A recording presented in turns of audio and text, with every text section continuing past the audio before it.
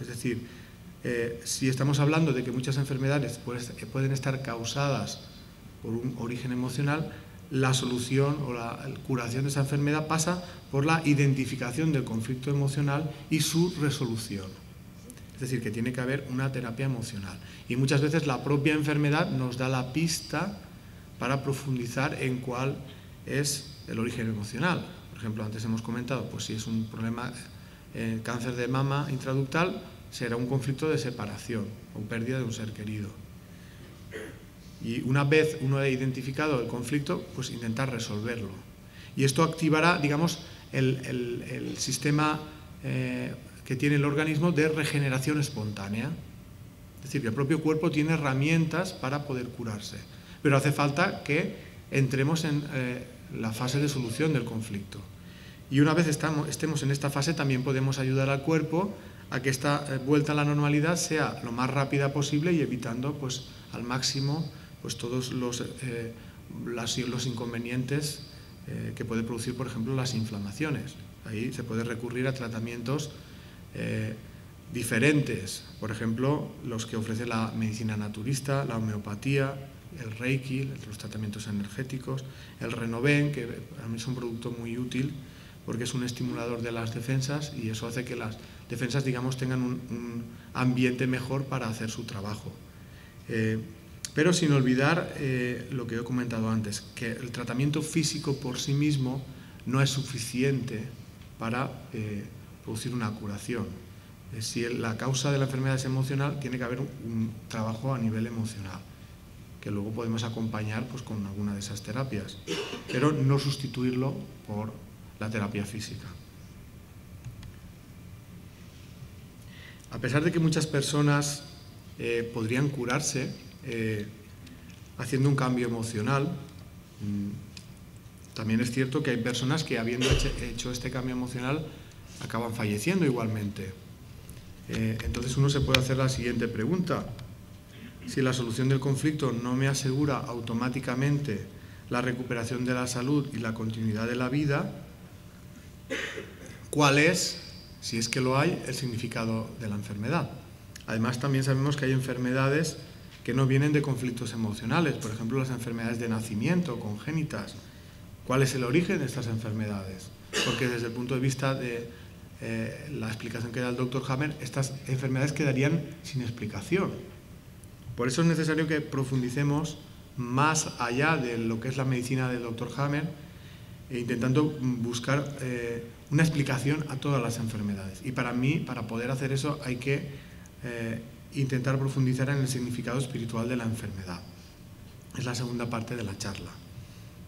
Y para empezar esta parte quiero hacerlo poniéndome un poco en la situación de la persona que está pasando por una enfermedad grave que le condiciona mucho su vida, incluso le puede hacer que esa vida termine, ¿no? que le produzca la muerte. Seguramente la persona que está pasando por esta enfermedad se pregunta: ¿por qué me ha tocado a mí pasar por esto? ¿Qué es lo que yo he hecho para merecer esto? Lo puede ver como una fatalidad del destino, incluso hay personas que lo ven como un castigo divino. Y cuando una persona está viviendo esta situación, quiere respuestas, quiere, por ejemplo, saber por qué tiene esta enfermedad, y también suele querer saber, en el caso de que esa enfermedad le lleve a la muerte, si con eso se va a acabar todo o va a haber una continuidad en la vida. Y cuando uno busca respuestas, pues puede recurrir a la ciencia o puede recurrir a la religión. A la ciencia, pues porque está en manos de médicos y confía en ellos y puede preguntar: ¿por qué tengo yo esta enfermedad, doctor? Seguramente el médico le podrá decir pues que se trata de una predisposición genética, que él la tiene y por eso tiene la enfermedad. Y esa persona puede preguntarse: ¿y por qué tengo yo esa predisposición genética y no la tiene mi vecino? Pues le dirán: mira, mala suerte, te ha tocado. Con lo cual uno sigue más o menos igual que estaba, sin responder a ese interrogante. Y si uno pregunta: doctor, ¿me voy a morir de esto? Y pues le pueden decir: pues puede ser que te mueras, es una enfermedad grave, ¿y qué va a pasar después? O sea, ¿se acaba ahí todo o continúa la vida de alguna manera? Si se atreve, porque eso ya es más difícil que uno se atreva a comentárselo a un médico. seguramente si uno se atreviera a decirle esto, el médico le diría: no se puede demostrar científicamente que exista la vida después de la muerte, con lo cual uno se queda más o menos como estaba, sin resolver esos interrogantes. Uno puede recurrir a la religión en búsqueda de respuestas y hacer las mismas preguntas. ¿Por qué me ha tocado a mí esta enfermedad? Seguramente desde la religión le dirán que eso solo Dios lo sabe y que nosotros no lo podemos entender. Y sobre el tema de qué es lo que pasa cuando una persona se muere, sí que se habla de una continuidad de la vida, pero en unas condiciones que parecen bastante irreales cuando se habla del cielo, infierno, purgatorio. Yo esto lo comparo a muchas veces la explicación que se da a los niños cuando los niños preguntan de dónde vienen los bebés. Y a lo mejor los padres todavía, por salir del paso, todavía cuentan la historia de que los trae la cigüeña de París. Pues el niño a lo mejor cuando es muy pequeño se lo cree, pero cuando se hace mayor se da cuenta que esa historia no encaja con la realidad de lo que está viviendo, con lo cual deja de creer que es una explicación válida. Pues creo que esto ocurre mucho también con lo que muchas veces la información que uno ha recibido de la educación religiosa, que llega un momento en que uno ve que no explica la realidad que está viviendo, con lo cual pues muchas personas frente al hecho inminente de la muerte, la propia o la de un ser querido, se sienten totalmente desconcertadas porque no encuentran ni explicaciones creíbles ni esperanzas que les consuelen. En realidad, el tema de la muerte no es algo que solo deban plantearse las personas que están enfermas. En realidad es algo que a todos nos va a llegar en algún momento. El que está enfermo de una enfermedad grave lo tiene inminente, ¿no? Y no tiene más remedio que planteárselo. Pero en realidad todos en algún momento vamos a morir. Pero cuando muchas veces queremos tocar este tipo de temas, la reacción general suele ser la de: no me calientes la cabeza con eso, o sea, ya pensaré cuando sea mayor, ¿no? Pero hay veces que la muerte aparece repentinamente por un accidente o por un diagnóstico de una enfermedad grave, y entonces uno ya no puede dejar el tema para más adelante, ¿no? Ya le está tocando en su propia vida, y esa falta de preparación hace que esa situación se viva como una situación que genera profundo sufrimiento, dolor, desamparo y miedo. Y eso ocurre porque la mayoría de personas creen que la muerte es el final de la vida, que no hay nada más, con lo cual la perspectiva de que tu vida termine es algo muy, muy duro. Y también cuando sea el caso de que sea un ser querido el que se muere, el hecho de que pienses que va a desaparecer y que esa relación de amor se termine ya para siempre, pues también es un hecho muy doloroso. Porque, como digo, las personas piensan que es la ruptura definitiva de los lazos de amor que unían a esa persona. Sin embargo, para mí sí que existe una explicación a estos interrogantes que no ha llegado ni de la ciencia ni de la religión, sino más bien de los testimonios personales. Quiero exponer algunos de ellos porque me parecen especialmente interesantes para encontrar explicación a estas preguntas. Por ejemplo, de las personas que han pasado por la experiencia de muerte clínica y han sido reanimadas. Estas personas están contando una historia que ocurrió en ese momento donde supuestamente estaban muertas. Y veremos que las historias que cuentan unas personas y otras son muy semejantes. También podemos hablar de los testimonios de las personas moribundas, que están en trance de dejar este mundo. Esas personas también están teniendo un tipo de experiencias muy comunes de unos seres humanos a otros. También podemos hablar de los testimonios de personas que afirman recordar vidas pasadas y el de las personas que afirman haber contactado con seres que ya han fallecido. Hablemos primero del primer tipo de testimonios, las personas que han pasado por la experiencia de muerte clínica.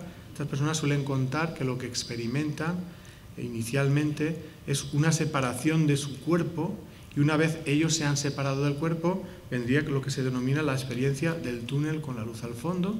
Es como una especie de viaje que hacen a toda velocidad, una vez se han salido del cuerpo, y llegan a un lugar que ellos describen como un lugar maravilloso, de mucha paz y de mucha tranquilidad, un lugar que ellos describen como que desprende mucha luz, y en ese lugar, donde se sienten tan bien, tienen un encuentro o bien con seres queridos que ya han fallecido, o bien con seres que ellos reconocen como sus guías, que les transmiten mucho amor y mucha paz. Y en ese encuentro se les dice que todavía no ha llegado su hora y que se tienen que volver al cuerpo. Y muy al contrario de lo que normalmente pensamos, que cuando alguien muere pensamos, pobrecito, y al mismo tiempo pensamos, menos mal que no he sido yo ni nadie de mi familia el que se ha muerto, pues estas personas opinan justo lo contrario, que lo que sería una suerte sería quedarse allí y lo que les resulta especialmente duro y doloroso es tener que volver al cuerpo. Lo que sí que es cierto es que a partir de esta experiencia muchas de esas personas cambian su forma de entender la vida y la muerte porque han echado un vistazo y lo que han visto tiene muy buena pinta, por lo tanto no hay por qué tener miedo. Y otra de las cosas que suele ocurrir es que el esquema de valores en la vida también suele cambiar. Generalmente las personas estamos muy preocupadas por tener fama, dinero, ser sexys para ligar más, pagar la hipoteca, este tipo de cosas. Y estas personas se dan cuenta que esto realmente no tiene gran importancia, lo que es importante es desarrollar los sentimientos y cuando vuelven a esta vida cuidan más las relaciones personales porque se dan cuenta que es algo muy importante.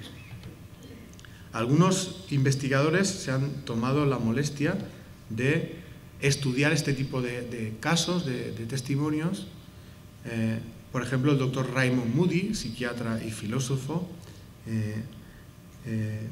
él tiene 2 libros, uno que se llama Vida después de la vida y Reflexiones sobre la vida después de la vida, donde él recoge testimonios de personas que han pasado por la experiencia de muerte clínica. Él es uno de los que describe las etapas que yo os he comentado. Después de él han venido muchos otros investigadores, por ejemplo el doctor Melvin Morse, pediatra, que ha escrito un libro que se llama Más cerca de la luz, donde él recoge experiencias próximas a la muerte de niños. O sea, él por cuestiones de trabajo atendía a niños en un hospital y algunos de esos niños pues tuvieron episodios de muerte clínica. Lo curioso es que el niño cuando ha sido reanimado, cuando ya vuelve a estar normal, cuenta una historia semejante a la que contaban los adultos. Esto puede ser todavía un testimonio mucho más fiable que el del adulto, porque en el adulto uno puede pensar, estos son imaginaciones mentales porque no queremos morirnos y como no queremos morirnos, pues generamos una fantasía cuando estamos cerca de la muerte en torno a que la vida continúa. Sin embargo, en estos casos, a veces se trata de niños de 3 años, que a duras penas se comunican, 3, 4 años, y en ese niño difícilmente puede haber esa conciencia de que se está muriendo y además difícilmente hay un conocimiento de la vida suficiente como para imaginar todo aquello que se vive en estas experiencias. Siempre dicen que los niños cuentan la verdad y en este caso es doblemente cierto, porque los testimonios de los niños vienen a confirmar las vivencias de los adultos. En España podemos también citar el trabajo del doctor Enrique Vila, psiquiatra, que también ha recogido experiencias cercanas a la muerte ocurridas en España. Tiene un libro que se llama Yo vi la luz y lo recomiendo porque también es muy interesante. Es muy, muy común y pasa sin importar la creencia de las personas. Es decir, esto le pasa a ateos, agnósticos, cristianos, musulmanes, judíos. Y esto para mí es un reflejo de que no se trata de ninguna alucinación, que es una situación real, que es muy común, por ejemplo, en los hospitales, con los enfermos terminales. De hecho, cuando una persona está en estado terminal, los médicos se acercan a la familia y le dicen: prepararos que vuestro familiar va a empezar a alucinar. Yo me pregunto, ¿todo el mundo se ha puesto de acuerdo en alucinar lo mismo? ¿Que vea seres queridos que hayan fallecido? Como digo, independientemente de las creencias que uno tenga. Para mí, la hipótesis de la alucinación pierde fuerza cuando es algo vivido por muchas personas donde todas están contando más o menos la misma historia. Creo que merece la pena investigar esos casos. Si estamos hablando de que la ciencia debe investigar para saber la verdad de las cosas, pues debería investigar con profundidad estos casos, porque la explicación de que se trata de alucinaciones no tiene consistencia. Hay investigadores que se han tomado esa molestia, por ejemplo, la doctora Elizabeth Kubler-Ross, psiquiatra, que por cuestiones de trabajo convivía con enfermos terminales, y estos le iban contando a ella pues todas las vivencias que iban pasando, y a partir de conocer estas experiencias, ella cambia su forma de ver la vida, por ejemplo, ya no creía en la vida después de la muerte y a partir de ahí empieza a creer en que la muerte física no es el final de la vida, sino solo es una transición hacia otro tipo de existencia menos limitada. Tiene muchos libros sobre este tema, uno de ellos es sobre la muerte y los moribundos, que os recomiendo. Hablemos ahora de las personas que afirman recordar vidas pasadas. Algunos de esos recuerdos pueden ser espontáneos, sobre todo en niños de corta edad, mientras que otros se pueden conseguir a través de hipnosis regresiva. El doctor Ian Stevenson, psiquiatra canadiense, se ha especializado en estudiar los casos de niños que supuestamente recuerdan vidas anteriores, y lo que él intenta es comprobar si lo que el niño dice ha ocurrido en realidad o no. Y se han dado casos tan extraordinarios de niños que parece ser que en la vida anterior habían muerto a una edad temprana y han vuelto a encarnar rápidamente, de manera que su familia de la vida anterior todavía está físicamente viva en la actual vida del niño. Y con los datos que el niño da es posible encontrar a la familia de la vida anterior, lo cual para mí es un reflejo de que en realidad no es ninguna invención ni es imaginación que tiene el niño, porque lo que el niño recuerda se comprueba que es real. Incluso hay niños que empiezan a hablar en idiomas que no han conocido en esta vida, y en esos casos se trata de que recuerdan todavía el idioma que hablaron en otra vida. Este investigador ha escrito muchos artículos en revistas de psiquiatría y psicología, y también ha escrito algunos libros. Uno de ellos es Niños que recuerdan vidas anteriores, donde él pues recoge los casos mejor documentados, donde se ha visto que lo que el niño recuerda se comprueba que es real. Hay otro tipo de testimonios en este sentido. Esto ya se trata normalmente en personas adultas que a través de hipnosis regresiva recuerdan vida anterior al nacimiento. El libro Vida antes de la vida, de la doctora Helen Wambach, recoge miles de testimonios de personas que a través de hipnosis han recordado vidas anteriores físicamente encarnados. Mientras que La vida entre vidas, del doctor Michael Newton, recoge recuerdos de personas que afirman que no es que recuerden una vida anterior físicamente encarnados, que recuerdan periodos de vida en el que no se está ligado a un cuerpo físico.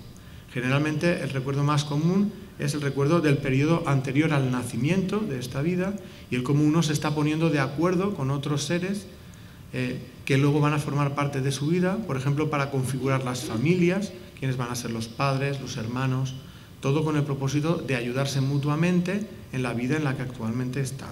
También los libros del Dr. Brian Weiss, psiquiatra, hacen énfasis en la misma idea, ¿no?, de que en realidad siempre somos nosotros, lo que va cambiando es el cuerpo que utilizamos en cada una de esas vidas. Por eso tiene un libro que se llama Muchos cuerpos, una misma alma. Generalmente estos investigadores se han acercado a este tipo de experiencias porque utilizaban la hipnosis regresiva en sus consultas, por ejemplo, para hacer volver a los pacientes a la infancia, cuando pensaban que el problema que tenían en la etapa adulta era algún tipo de trauma que se había olvidado, pero que no se había superado. Y pensaban que podía estar en la infancia pues, más primaria, donde uno no tiene recuerdos conscientes. La sorpresa de ellos es que algunos de los pacientes, cuando se les pedía que volvieran al momento en que se iniciaba el trauma, en vez de volver a la infancia, empezaban a contar historias que parecían estar situados en otra vida, en otro momento. Incluso algunos de ellos contaban cómo murieron en la vida anterior, porque el trauma que sufrieron por la forma de morir todavía les ha perdurado en esta vida como una fobia. Por ejemplo, la persona que tiene fobia al agua, sin que haya tenido ningún episodio negativo relacionado con el agua, por ejemplo, que no se quiere meter en la playa o en la piscina, puede haber sido una persona que en una vida anterior murió ahogada y no ha superado el trauma de esa muerte. Y a través de la hipnosis regresiva estas personas han recordado ese episodio, y eso les ha ayudado a superar el trauma, el miedo que tenían en esta vida. Hay otro tipo de testimonios que tienen que ver con el contacto con seres que no están físicamente vivos en la actualidad. El contacto más común ocurre con seres fallecidos recientemente, seres queridos, que a través de sueños vívidos o apariciones a pie de cama se despiden de los que se han quedado aquí. El propósito precisamente es ese, tranquilizar a los familiares que se han quedado aquí, decirles, tranquilo, yo estoy bien, continuad con vuestra vida y que ya nos volveremos a ver. Esto es algo bastante común. Lo que pasa es que la mayoría de personas se lo callan porque tienen miedo al que dirán, a que se piensen que se están volviendo majaras porque están traumatizados por la muerte del ser querido. Pero bueno, yo he tenido la oportunidad de conocer muchos testimonios de esa naturaleza.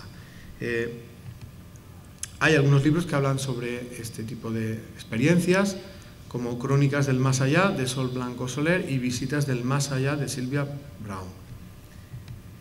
Hay además personas que afirman tener un contacto con estos seres, pero no solo limitado a cuando se muere un ser querido, sino que es un contacto más frecuente, y dicen recibir mensajes a través de ese contacto.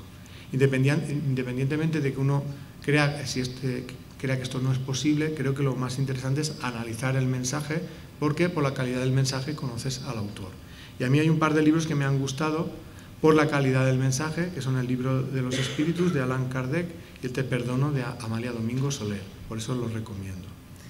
Y ahora ya vamos un poquito a hablar de lo que yo llamo informaciones del otro lado, que nos van a servir para intentar responder a las preguntas que nos estamos haciendo: cuál es el significado de la enfermedad, qué es lo que pasa cuando una persona se muere, y ya puestos, pues preguntemos también por cuál es el sentido de la vida. Una de las cosas que se nos dice es que en realidad somos inmortales y que la vida física no es más que un instante de la vida real y que esta vida real nunca termina, es decir, que la muerte del cuerpo no es el final, sino solo una etapa de transición hacia otra existencia menos limitada en la que todos nos vamos a reencontrar con los seres queridos que se fueron al otro lado antes que nosotros. Es decir, que desde este punto de vista la muerte deja de ser un hecho tan traumático, porque en realidad no existe, es solo un cambio de estado y todos volveremos a encontrarnos con los seres queridos que se fueron al otro lado. De hecho, el Dr. Hammer resuelve su conflicto emocional de pérdida cuando tiene noticias de su hijo desde el otro plano. Le dice, papá, que yo estoy bien. De hecho, el hijo desde el otro plano le ayuda en su investigación y él lo reconoce que es así. Entonces, quiero decir que esto nos ayudaría mucho más a no sufrir por el hecho de que un ser querido fallezca, porque en realidad no ha muerto, solo ha cambiado de estado. Y esto nos permitiría, pues, no hundirnos emocionalmente y de esta manera evitaríamos muchas enfermedades relacionadas con los traumas producidos por la muerte de un ser querido. También se nos dice que existe un plan para cada uno de nosotros, que lo que pretende es que vayamos creciendo en nuestra capacidad de amar, que sea por nuestros propios méritos, a base de experimentar en el plano físico con libertad. También se nos dice que las circunstancias a las que nos enfrentamos en la vida no son casualidad, sino que es consecuencia de lo que hemos vivido en vidas anteriores, que antes de nacer ya conocíamos cuáles eran esas circunstancias y nos estábamos preparando para poder superarlas con éxito. Y una de esas circunstancias puede ser elegir venir a pasar por una enfermedad de nacimiento. Es decir, desde este punto de vista, el origen de las enfermedades congénitas tiene que ver con los actos realizados en otras vidas. Generalmente se trata de actos negativos, donde uno ha generado sufrimiento en los demás, incluso ha podido causar la muerte de esos seres. Cuando una persona, un ser, comete un acto de esa naturaleza, ese acto queda impregnado en su propio espíritu como una especie de tóxico psíquico y para poder evolucionar necesita desprenderse de ese tóxico. Pues una de las formas que puede tener para desprenderse de él es cuando vuelve a encarnar, transferirle el tóxico al cuerpo. Pero a través de esa transferencia el cuerpo puede sufrir una alteración genética y de esta manera desarrollar una enfermedad congénita. Pero a través de esa enfermedad congénita ese ser está viviendo una experiencia semejante a la que él generó para los demás y de esta manera puede aprender.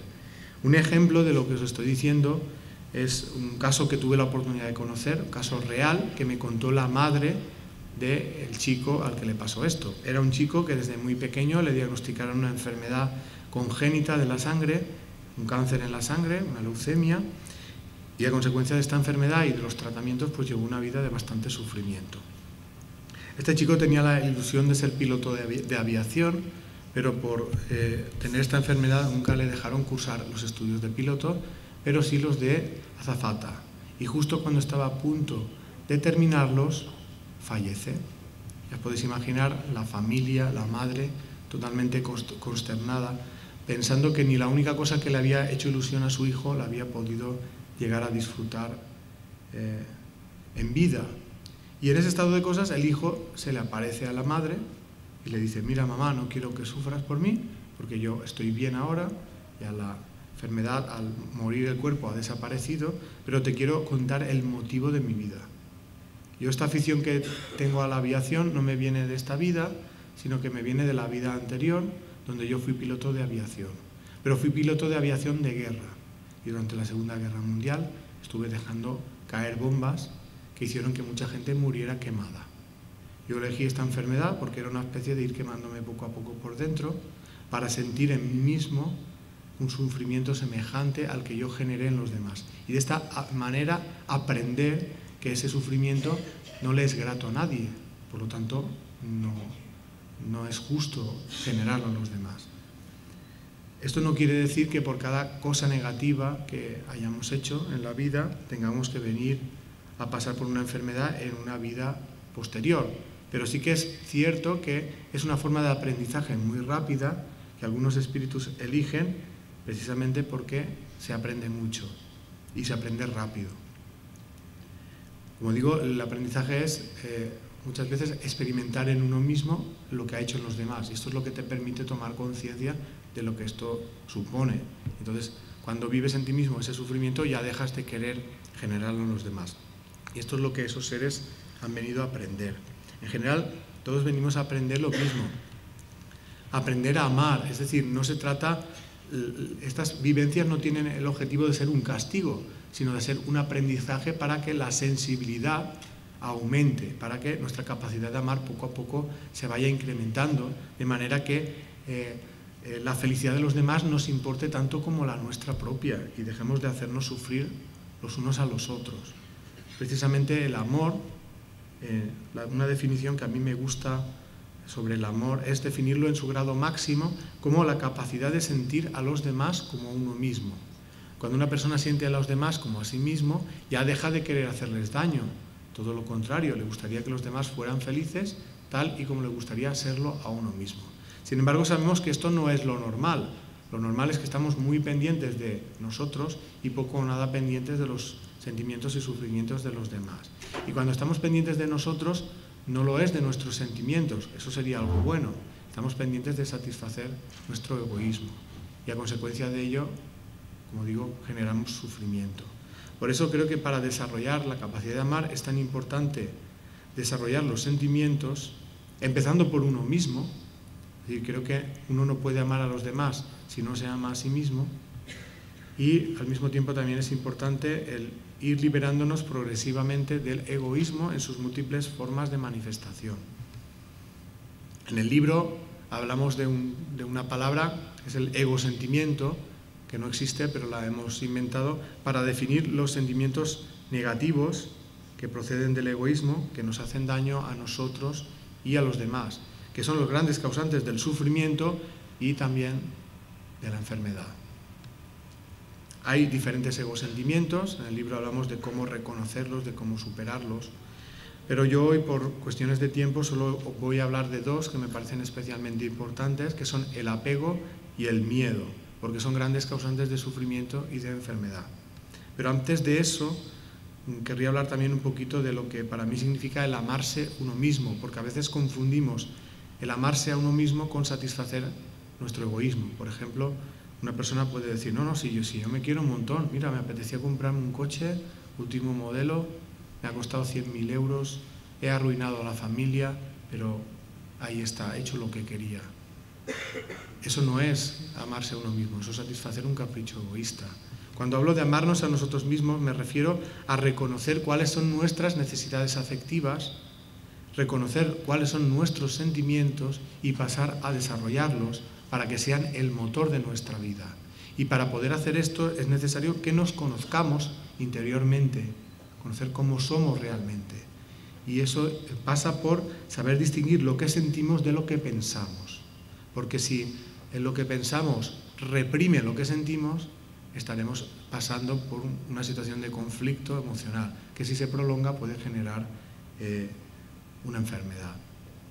Un ejemplo para entender la diferencia entre lo que es el pensamiento y el sentimiento. Imaginemos el caso de una mujer que lleva un tiempo en una relación de pareja, de matrimonio, pero se ha dado cuenta que no es feliz porque no está enamorada. Si hace lo que siente, pues iría a su pareja y le diría: mira, yo no estoy enamorada, vamos a dejar la relación porque yo no soy feliz. Pero ahora viene la influencia de lo que piensa. Esa persona puede haber tenido una educación religiosa que le dice que el matrimonio es para toda la vida y que romperlo es algo negativo. O puede pensar en el que dirán, qué van a pensar de mí si yo doy este paso. O cómo va a reaccionar la pareja. ¿Va a aceptarlo? ¿Se va a hundir? ¿Se va a poner agresivo? ¿Qué va a pasar con los hijos, si hay hijos? ¿Qué va a pasar con la hipoteca? Etcétera, etcétera. Y por esas razones, que son razones que tienen que ver con lo que uno piensa, esa mujer decide continuar la relación en contra de lo que siente. Pues esa es una mujer que está sufriendo un conflicto emocional, porque actúa en la vida no por lo que siente, sino por lo que piensa. Y como lo que piensa va en contra de lo que siente, sufre. Pues esto sería un ejemplo muy común de cómo uno mismo, por el sufrimiento, por no vivir conforme siente, por no amarse, puede sufrir y acabar pues pasando por una enfermedad consecuencia del sufrimiento. También es importante, para poder amar a los demás, saber distinguir lo que es el amor verdadero de lo que son formas de egoísmo disfrazadas de amor. El amor en su máxima expresión ha de ser incondicional, es decir, la persona que ama verdaderamente no espera nada a cambio de lo que hace, y el que actúa por interés no está amando verdaderamente. También es importante que sepamos que el amor ha de ser libre, es decir, no se pueden forzar los sentimientos. Tú no puedes obligar a nadie a que te quiera, ni te puedes obligar a querer a alguien a la fuerza, porque en el momento que hay una obligación se pierde el sentimiento. Y esto lo digo porque a veces tenemos un concepto de lo que son los sentimientos donde sí que pensamos que se pueden forzar, y el forzar los sentimientos es un egosentimiento, que es el apego. El apego sería el amor posesivo, el amor egoísta, el de la persona que cree que la persona amada es de su propiedad y como es de su propiedad y le pertenece, puede decidir por ella. Es decir, tiene tendencia a vulnerar la libertad de la persona amada, incluso llegando a retenerla a su lado en contra de su voluntad. Y estamos cansados de ver en la televisión los casos de violencia de género que acaban en el asesinato de la ex mujer a manos del ex marido o expareja, porque éste no admite que su expareja ya no quiere continuar la relación, y eso suele venir después de un historial pues, de maltratos, de chantajes, de agresiones psicológicas o físicas. Y esa persona que ha cometido el asesinato se quiere convencer de que lo ha hecho por amor, porque no podía vivir sin la otra persona. Pero a eso no le podemos llamar amor. Eso es el apego. Como digo, es el amor posesivo. La persona que ama verdaderamente procura respetar la libertad de la persona amada.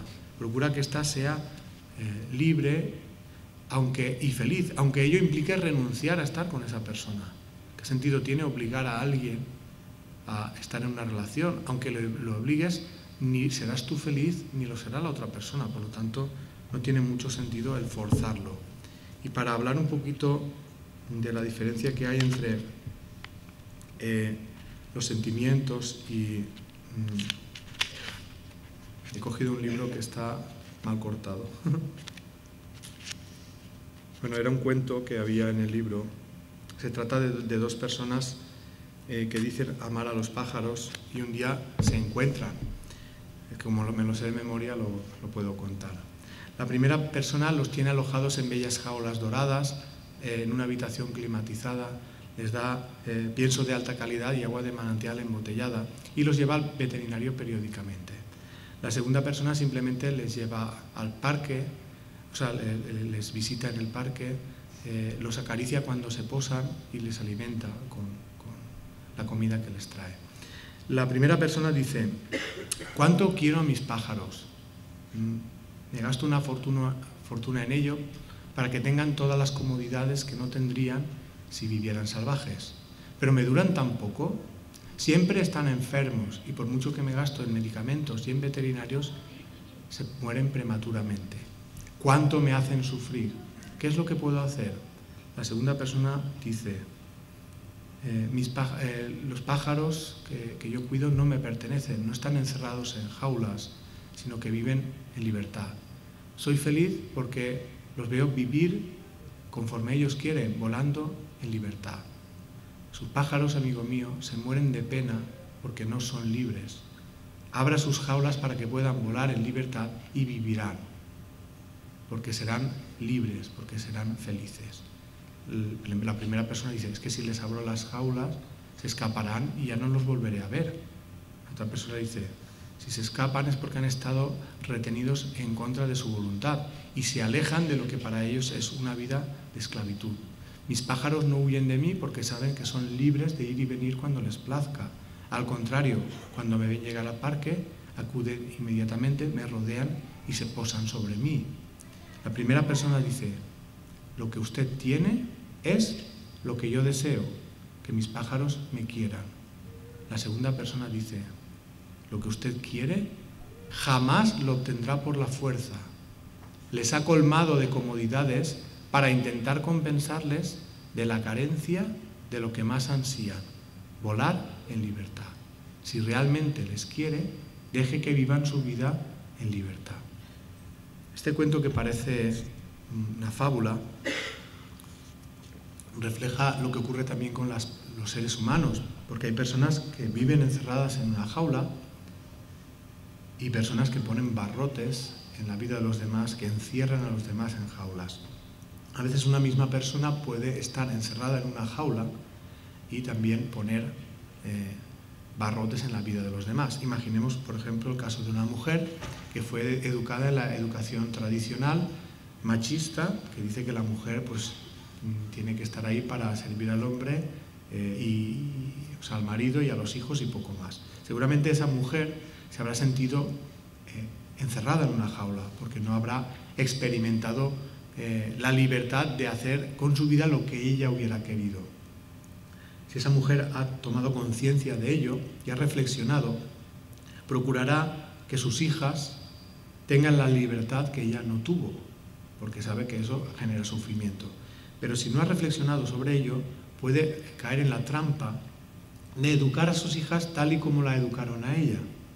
Entonces, de esta manera, esa persona está encerrada en sí misma y fuerza a los demás a vivir una vida privada de libertad. Y cuando me refería al tema de la escasa flexibilidad, de la rigidez, me refiero a este tipo de situaciones. Cuando una persona no se permite ser libre en la vida, se está como encerrada en una jaula, está viviendo una vida de rigidez, y esto puede generar enfermedades, como puede ser la fibromialgia. Entonces, uno tiene que permitirse ser libre en la vida. Si está encerrada en una jaula, salir de la jaula y al mismo tiempo respetar la libertad de los demás, porque tan importante es que uno intente vivir en libertad como respetar la libertad de los demás para que también lo puedan hacer. Es decir, abandonar el deseo de controlar la vida de los demás, porque a veces sufrimos también por eso, porque los seres queridos no hacen lo que nosotros esperamos de ellos. Si tomáramos conciencia que no está en nuestra mano el decidir por ellos, seguramente dejaríamos de sufrir cuando las demás personas no hacen lo que nosotros queremos. Pero esto, como digo, parte de que muchas veces no hay una reflexión sobre la vida de uno mismo. Es decir, ¿por qué tengo yo que controlar la vida de los demás? Porque a mí me han educado así. Pues el problema está en la educación que he tenido. Nadie tiene derecho a decidir por los demás. Por lo tanto, yo tampoco voy a permitir que otras personas decidan por mi vida. Ni tampoco voy a permitir que la educación represiva domine mi vida. Porque hay personas que se han acostumbrado por la educación a vivir o actuar de cierta manera y no son así realmente, están interpretando un papel. Es como si cuando nacieras te dijera, mira, este es el guión de tu papel, tú eres un actor y vas a interpretar este papel en esta obra de teatro que es tu vida. Y tú coges el guión y te adaptas tanto a él que al final confundes la vida del actor con la tuya propia. Y eso pasa muchas veces, que vivimos una vida en contra de nuestros sentimientos, interpretando un papel que otras personas nos han dado. Ese papel puede ser por cuestiones de la educación en la familia, la educación en el colegio. Afortunadamente eso va cambiando, pero hay personas que han vivido una educación muy estricta en el sentido de reprimir la libertad de sentimiento, y cuando llega la etapa adulta es que ya no saben ni lo que es ser libre en el sentimiento. Tienen tan metidos esos esquemas mentales que creen que eso no existe, y como creen que las cosas funcionan de esa manera, también obligan a otras personas a actuar con obligaciones, ¿no? Y si no rompemos este círculo vicioso de obligaciones, nos generamos sufrimiento y generamos sufrimiento en los demás. Por eso es tan importante poco a poco, para poder ser felices, pasar del apego, que es un amor mal entendido, al amor. Y que considero que es fundamental tanto el respetar la libertad de los demás como el luchar para que nuestra vida sea un reflejo de lo que sentimos, sin permitir que otras personas nos condicionen a la hora de vivir. Algún ejemplo de cómo se vulnera el libre albedrío de otra persona a través del apego. Por ejemplo, hay apego en la madre que retiene a los hijos a su lado cuando estos son mayores y quieren independizarse. O los padres que obligan a los hijos a, por ejemplo, a estudiar determinada carrera porque es la tradición familiar y cosas de ese estilo. Hay una vulneración del libre albedrío de ese hijo. No tenemos derecho a obligar a los hijos a ser de una manera que no son. A lo mejor a nosotros nos gustaría ser así, pero no podemos obligar a los hijos a ser así. También hay apego en el marido que considera a la mujer de su propiedad e intenta anular su voluntad y libertad para satisfacer sus deseos. Quien dice marido a la mujer, dice mujer al marido, porque aquí estamos todos metidos. En general, en una relación de pareja, cuando uno de los dos cónyuges o los dos se creen con el derecho de vulnerar la libertad del otro, ahí hay una parte de apego, que si no se reconoce, genera sufrimiento en los demás y en uno mismo. Hasta el punto puede ser ese sufrimiento que creemos que el sufrimiento nos lo generan los demás, cuando en realidad somos nosotros, como ocurría en el caso del cuento. El primer personaje creía que los pájaros le hacían sufrir, cuando en realidad él hacía sufrir, y la consecuencia de ese sufrimiento en esos pájaros le acababa repercutiendo, porque él no deseaba que los pájaros murieran ni que estuvieran enfermos. Por eso tenemos que reflexionar cada uno sobre nuestra vida, y si consideramos que estamos vulnerando la libertad de otras personas, empecemos a cambiar esa actitud, y al mismo tiempo que centremos la energía más bien en vivir nuestra vida conforme sentimos. Algunos libros que hablan sobre el amor, la diferencia entre el amor y el apego, son la saga de libros de Ami. Son como cuentos que tienen un mensaje para los niños, pero también para los adultos. Por eso los recomiendo. Y ya para acabar la charla, como dije al principio, quiero hablar del miedo, porque para mí es un gran causante de sufrimiento. Quizá el miedo más grande, el que más sufrimiento genera, es el miedo a no ser queridos, tal y conforme somos. Dentro del miedo a no ser queridos entra el miedo a la incomprensión, al rechazo, a la reacción negativa de los demás contra uno mismo, al desprecio, a la agresividad y finalmente a la soledad, a que no nos quiera nadie. Cuando una persona tiene miedo a no ser querida, tiene tendencia a amoldarse a una forma de ser que no es la suya, sino que es la que los demás esperan de él.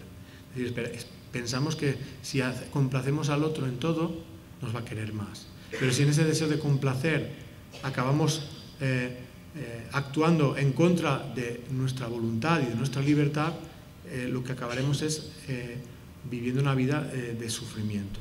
Teníamos que tomar conciencia que la persona que nos quiere de verdad nunca nos pediría que renunciáramos a nuestra voluntad y a nuestra libertad. Y el que nos pide eso en realidad no nos quiere, se está aprovechando de nosotros. Eso puede ocurrir también dentro de las familias, de las parejas. No debemos permitir que nadie dirija nuestra vida. La persona que nos quiere, como digo, respetará nuestra libertad y nuestra voluntad. Algunas enfermedades causadas por el miedo. Dependiendo de cómo se manifieste ese miedo, puede aparecer una enfermedad u otra. Por ejemplo, el miedo que se manifiesta como angustia y falta de aire es el que provoca las enfermedades del sistema respiratorio.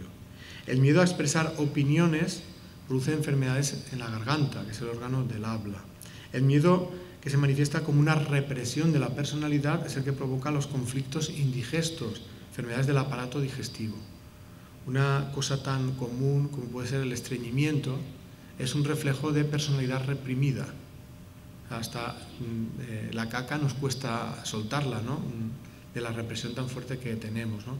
Es decir, el cuerpo, digamos que es un reflejo de nuestro interior y hasta en las funciones, digamos, biológicas se manifiesta, ¿no? La influencia que tiene en lo emocional.